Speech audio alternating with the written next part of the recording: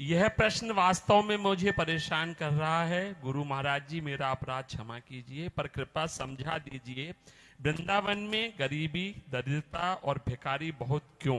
कृष्ण उनका योगक्षेम वहन करते हैं। हम आपको भ्रम है। जानते हो इस दरबार का भिखारी, लाडली जू के दरबार के भिखारी जो बिहारी जू और राधा वल्लभ जी के सामने बैठे हुए हैं, इनको तुम साधारण मत समझो। ये बहुत बड़े भाग्यशाली हैं, प्रियालाल के दरबार के भिखारी हैं। और इस दरबार में जो वस्तु मिलती है वो बड़ी बड़ी साधना से नहीं मिलती। इसलिए ऐसा तो सोचो ही मत कि वृंदावन में गरीब दरिद्र भिखारी। ये आपकी दृष्टि है। कौन दरिद्र है? जिसकी जिह्वा से राधे राधे निकल रहा है वो दरिद्र है?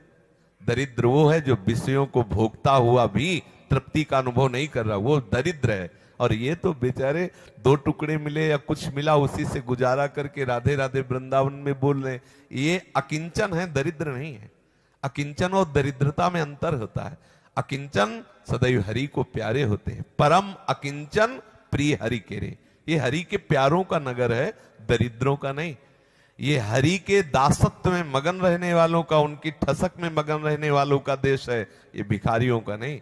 यहां जो भिखारी हैं वो इतने बड़े दाता हैं कि तुम्हें पता नहीं। भगवान नाम लेते हैं, प्रभु की रज में रहते हैं इस धाम में। इनसे बड़ा भाग्यशाली कौन होगा?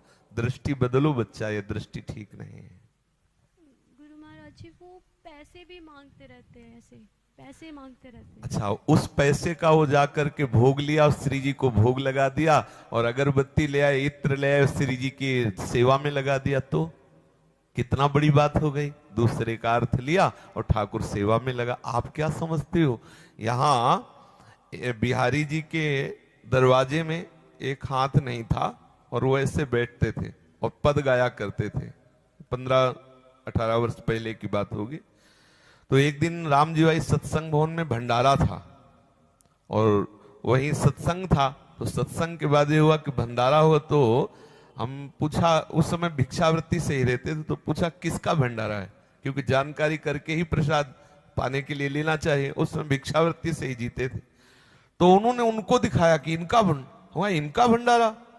तब आश्चर्य हुआ कि दरवाजे पे बिहारी जी के बैठते हैं, 1 रुपया 8 आना उस समय से चलते, सामने रख देते और वो सब संग्रह करके संत भंडारा कर। क्या जानो तुम ये क्या है? इनकी भावना को तुम क्या जानो?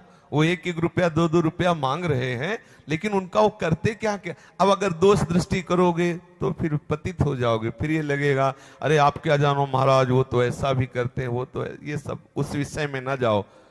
ये संसार गुण और अवगुण दोनों से बना हुआ है। जड़ चेतन गुण दोष में विश्व कीन करतार, संत हंस गुण गाहे पे परिहरिवार विकार। हम क्या देखते हैं कि कितने अहोभाग्य इस रज में वो 10 घंटे बैठते परिक्रमा मार्ग में। सबकी चरण रज उड़ के उनके ऊपर जाती जब गाड़ी निकलती, और हर सिक्का के साथ राधा नाम लेते हैं, राधे राधे राधे राधे राधे राधे। कितना रुपया लेते होंगे वो दिन में? हम माना 1000, मान लिया 1000 रुपया उनको मिलता होगा। लेकिन कितनी बार नाम लिया, और उस नाम का फल क्या 1000 रुपया है? एक राधा नाम में ठाकुर अपने को बेचने के लिए तैयार है। इनकी महिमा, इनके धन, इनके जैसा कोई धनी, परम धन राधा नाम उनकी बैंक में जमा हो रहा है, बैठ के वृंदावन में ले रहे हैं, आश्रित बिहारी जी के हैं। कैसे इनकी होड़ कोई कर सकता है? बहुत बड़ा अरबपति भी इनकी होड़ नहीं कर सकता। जो वृंदावन के भिखारियों का सौभाग्य है, वो बड़े बड़े संतों का भी नहीं होता। ऐसा मत मानना कि यहाँ भिखारी रहे।